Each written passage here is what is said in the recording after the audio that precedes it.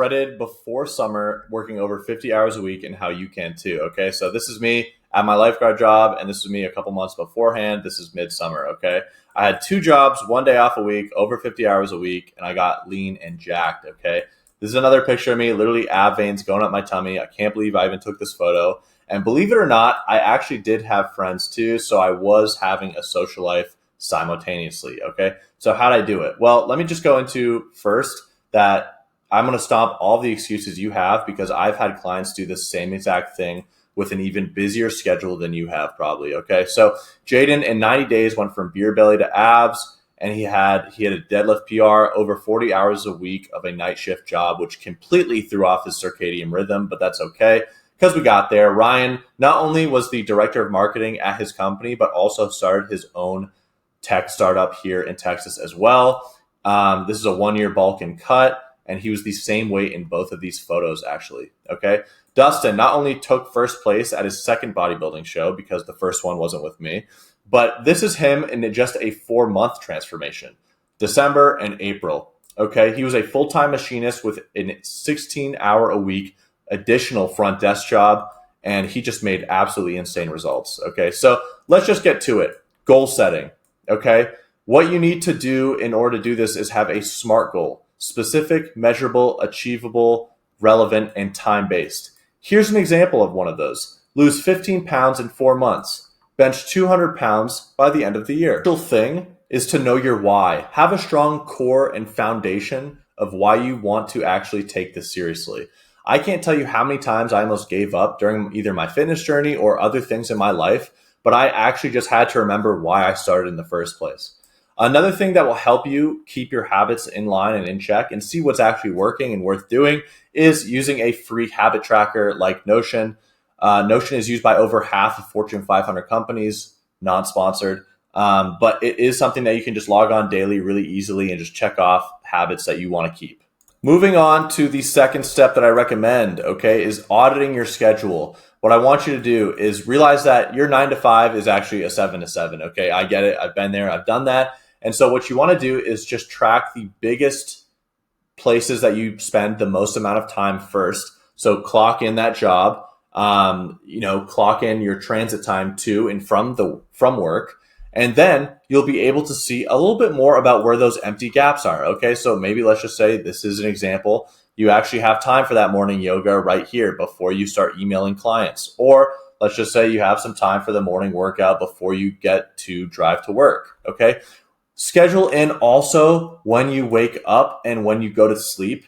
I know it sounds redundant, but you will be able to have a better idea of what your parameters are to work with, okay? So that you can keep a healthy and consistent schedule. Google Calendar has an AI feature that will actually help you find those gaps. I've never used it. There's also Motion AI, which is another one where you can just put everything in your schedule and it will automatically find those gaps for you. I think it's a really cool tool. I've never used it, but it's worth a shot. Another thing that has kept me from missing so many meetings actually is putting the calendar widget on my phone.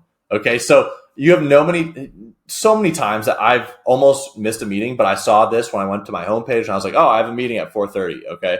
Also, another thing, if you're someone that forgets to eat or really has a hard time remembering when things are, set just daily alarms. Like if you forget to eat lunch, 12:15, just set an alarm, keep it on every day, eat lunch. Okay. That is one thing I highly recommend. Start to add small things after you get those big things out of the way, like grocery pickup. You can continually add for it. And this is something that you can do once, spend the most amount of time at the beginning. And then as time goes on, you'll just make small tweaks as time goes on. Okay. So this removes I'll do it when I have time. This leaves you no excuse. Okay. The next step that I really want to talk about is a food fix. There's a lot to talk about here, but the first thing I want you to do, go into your fridge right now, go into your pantry, throw out all the bullshit that you have. Okay. And I'm not just talking about what you think is unhealthy. I'm talking about the actual bullshit. Okay. So what is easier than gaining discipline and saying that, oh, I'm only going to have a couple of these chips. Oh, I'm only going to have a little chocolate. What's easier than that is removing the friction within your own environment. Changing your environment is even easier than gaining discipline. Discipline is still important though. Okay. Start to focus and be mindful on high protein meals. No more cereal for breakfast. No more mac and cheese for dinner. No more peanut butter jellies for lunch. Start to eat real nutritious foods, and even start to track your foods, even if you think you don't have time. Even if you do it for 1 to 2 weeks, it will build a mental awareness into how many calories is actually in that favorite dessert that you like to have. How many calories is in that favorite cheesecake that you like to have for dessert, okay? Avatar Nutrition, highly recommend them. This is what the app looks like. It comes with over 300 high protein meals in the app. Again, this is not sponsored, but it has a free week trial as well for you to try it. Comes with a barcode scanner, makes it so easy just to scan that protein bar or that orange juice that you want to track instead of just having to type it in manually, okay? It will also help you set your goals when you get that app. Again, not sponsored, but I highly recommend it. Using tools like a crock pot and an Instant Pot dramatically shoots down the amount of time that you need to actually spend in the kitchen when cooking. So no more hovering over the stove, okay? You're a busy person. Let the crock pot do the work. And usually I would recommend doing 1-2 times actually doing that meal prep throughout the week to keep things fresh and to reduce the amount of bacteria that might build up if you forget to do something, and reducing the amount of food you might waste just in case you have an outing.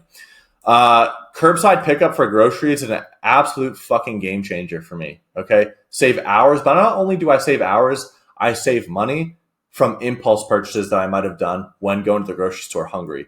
Glass containers to get that meal prep in and also keep the temperature under control, reduce bacterial spread. Love glass. I have plastic right now, but I throw them out on a weekly basis because I am disgusted with the amount of shit that I see in them. Anyway, moving on to step 4, muscle building. This is the workouts. This is the fun part. To start with at least 3 days a week, 30 to 45 minute sessions. And even, guess what? I've had actual clients break up their sessions into 2 smaller sessions, maybe 2 20-minute sessions throughout the day.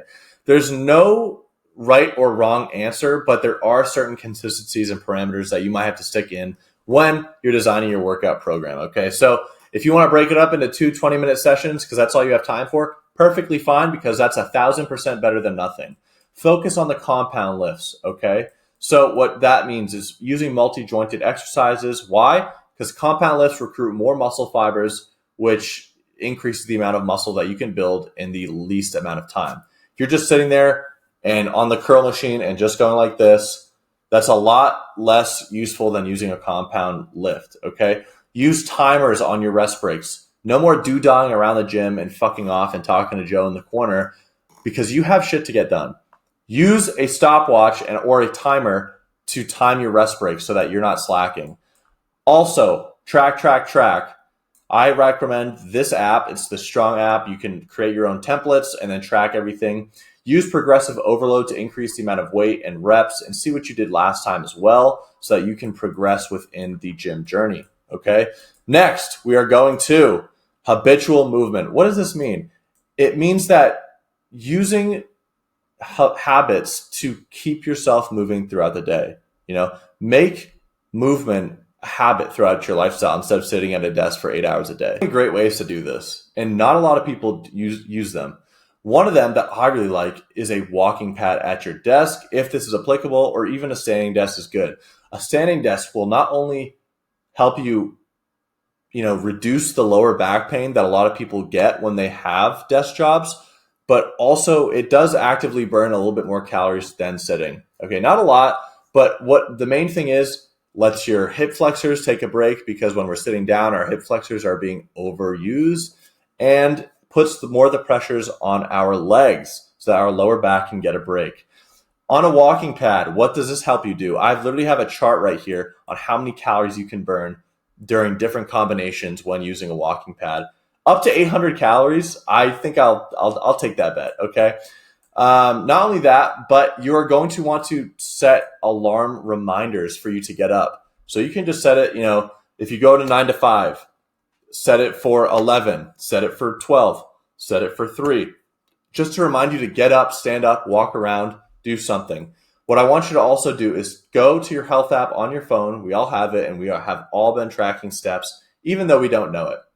So you're going to want to see if you're under this 5K mark, you need a dramatic lifestyle change, and you need to work towards getting those daily steps up. 8 to 10K is the goal. Use that time at the office during those breaks to just stand up, stretch. You don't have to do push-ups. You don't have to get sweaty during the middle of the day, but just use that mindfulness to just start moving. Step 6, optimize the recovery. What do we mean by optimize recovery? I mean, obviously, everyone says 7 to 8 hours, but it's for a good reason. There was a study with over 83,000 Americans, and participants who reported less than 5 hours of sleep, which probably isn't far off from some people watching this video, had an approximately 40% higher risk of developing obesity compared to participants who reported 7 to 8 hours of sleep. Okay, so here's a study if you want to go look it up. There are certain tools that you can use to help you. You know, maybe you have an Apple Watch, you have an Oura Ring, a WAP, or whatever the fuck it's called. You can invest in some of those tools to help you, but you can also just do basic things like, you know, get blackout curtains, stop using your phone an hour before you go to bed. I actually leave my phone in the kitchen. I don't even have it in the same room as me when I go to bed. And just have a consistent wake up time because your body will start to adapt, okay? Don't make any exceptions for waking up on the weekends. I wake up at 7 a.m. every day. Not only that, but just take some time for you. You're starting this whole thing for you, and so it's time to be a little bit selfish and make sure that you can take care of yourself so maybe you can take care of other people that you love as well. So what does that mean? Investing more time and do stretching, doing something like the sauna, doing an ice bath, getting a massage, sunbathing, meditation, or praying. All those work phenomenally. And last but not least, track and tweak, okay? So what you want to do is start to weigh yourself 1 to 3 times a week at the same time. I like to do it first thing I do when I wake up in the morning. Take those weekly or monthly progress photos. Track them somewhere, okay? There's different apps to do that, like something like Progression or Body Track. You can also use digital tape measure or get an in-body scan every month that shows you so many details on your own body composition, okay? So if progress stalls, you'll know because you'll have everything tracked, okay? So from there, this helps you so much to see what you can change and what's actually working and what's not. However, if you do make a change, make sure you stick to it for a little bit so that you can see if it's working or it's not, okay? So this is Jaden. I mean, I wanted to include these photos in here because there were dozens of photos in between the before and after. There are dozens of photos before the before and after. Work for the invisible results now so that you can see the visible results later. Track your weight. This is a tracking chart from a different client that went from 210 to 190 pounds. Obviously, we had some ups and downs, but at the end of the day, we made it to our goal. Why? How did we make it there? Well, let's just say we just hit this bump in the road. We just kept going up in weight. We wouldn't know why because we weren't tracking, okay? And once we made that one tweak, we saw the patterns go down and we kept to it. This is another client tracking the weight, 285 to 265 in 7 weeks, okay? Track, track, track. Now, everything that I've covered in this video can also just be found in a really great coaching program such as the one I offer. If you guys are interested in inquiring and seeing the ins and outs of how I do manage clients and how I get clients insane results in a short amount of time while they're working insane hours at their work, well, then what you can do is subscribe, leave a comment, follow me on Instagram, DM me, and all of the above, basically, and I will notice that. And if you're really interested, just DM me, subscribe, leave a comment, and I'll reach out to you as soon as possible. But for now, if you are someone that wants to get in shape and just doesn't know how to find the time to do it, subscribe because I'll be coming out with more videos on this topic. Thank you for watching.